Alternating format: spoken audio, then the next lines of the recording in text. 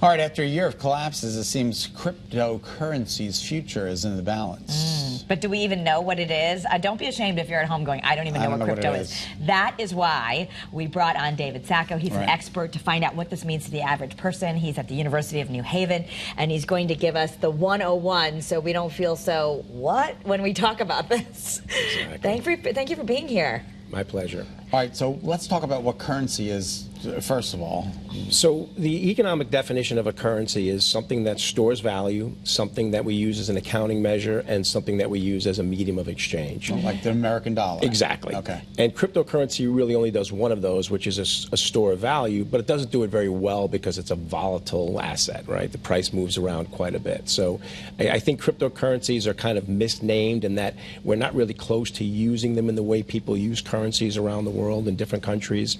But there's a chance that that might happen someday. Wait, why are people the ones who are excited about it and investing in it? And like sometimes I will notice if I'm buying something online, like you could pay for it in crypto. Like, sure. So is it money? Like, can you use it? You can use it as money, but because the value of it is so volatile, it's probably not a good use of it at this point in time. And when you say volatile, it goes up, it goes down. Up, it goes down. It's like is it like a stock? It's like a financial asset. So Bitcoin, which is the most popular cryptocurrency, was as high as about $60,000 for one Bitcoin about 2 years ago.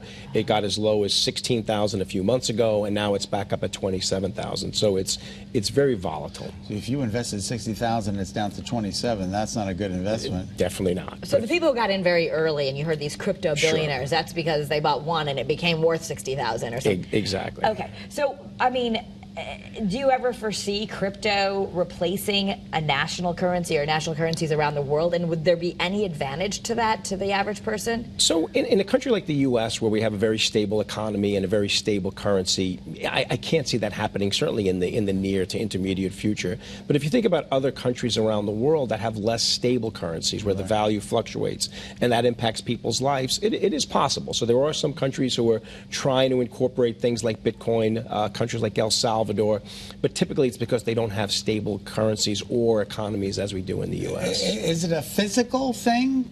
It's a completely digital asset. So it's essentially, it's a piece of computer code, which is the other scary thing about it, right? We have faith in it because as of right now, the security and technology seems to work, but we know that technology changes.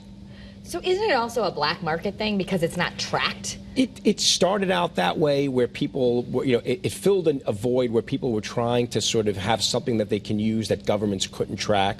But the fact is, the U.S. government and other big governments around the world have gotten pretty good at tracking it. So I think it's being used less for illicit transactions and more for people who are just speculating that it might someday become a global currency. We always talk about the average consumer. How should they look at this? So the average consumer, right now, it doesn't mean much for them, right? Because you mentioned people buying things with Bitcoin. Well, if I offered to sell you something for a Bitcoin, the first thing you would do would be to look up how much is a Bitcoin worth, right? When we think about the value of things, we think about them in dollars, right? Not yet Bitcoin. So I'd say the average consumer should just be aware of it.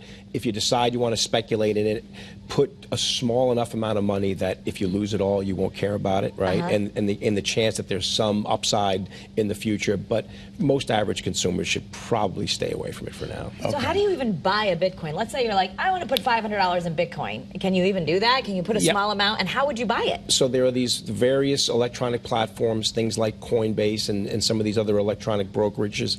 And again, some of them have had bad reputations. Okay. Look at FTX, what happened with that. That was one of the bigger crypto platforms. Okay. And that turned into be a big fraud. But you can do it, and it's similar to the way people buy stocks and mutual funds. You sign up for one of these platforms, you'll deposit some money, and then you can use it to transact and buy Bitcoin or a variety of other cryptocurrencies as well. I'm a big fan of, if I don't understand it, I'm not doing it. That's what Warren Buffett said, Exactly. right? If you don't understand it, don't invest in it. Exactly. But obviously people are doing it. It's just that originally people thought, oh, the crypto billionaires, but that's kind of collapsed a little. Well, there are a few out there, but there are plenty of people who've lost money in crypto as well. This is not investing, it's speculating, right? Okay. And the difference in speculating is there's a lot of risk associated with it. So again, the average consumer, the average investor should stay away from speculating because it is so risky. Right. David Sacco from the University of New Haven, thank you so much for being with us. Thank you guys for having It me. was an intelligent 5 minutes right there. Yes. Well, next time you're at a cocktail party and people start talking about crypto, you can, like, I know what that is. 27,000